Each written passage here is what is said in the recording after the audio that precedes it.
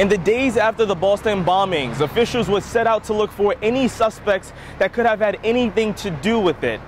They'd eventually narrow down their investigation to the Tsarnaev brothers, but they were only able to do that through the use of surveillance cameras, which brings up the question, are surveillance cameras the way of the future?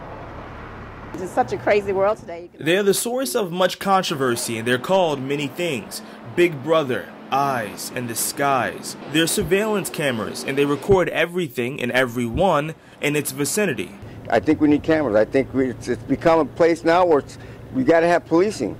You know, unfortunately, it's come to that, but that's just the way it is. Well, I think that they never would have caught him if it wasn't for the surveillance cameras. Around our neighborhoods and our homes, I think it's more intrusive. The debate over surveillance cameras has taken place for years, but after the Boston bombings, the conversation on what place surveillance cameras have in our society gets a little more complicated. It's more of a security policy to protect those who are not the criminal element than it is an infringement upon the rights of those who are committing crimes. This is Diane Brand. She's a public justice professor at Oswego State University, and she says if you're not doing anything wrong, you have nothing to worry about. But when people do commit crimes and it is captured on surveillance, it's a wonderful law enforcement tool. And I guess it's fair to say that in small cities and towns like Oswego, a surveillance camera on every single block type of policy won't be implemented anytime soon.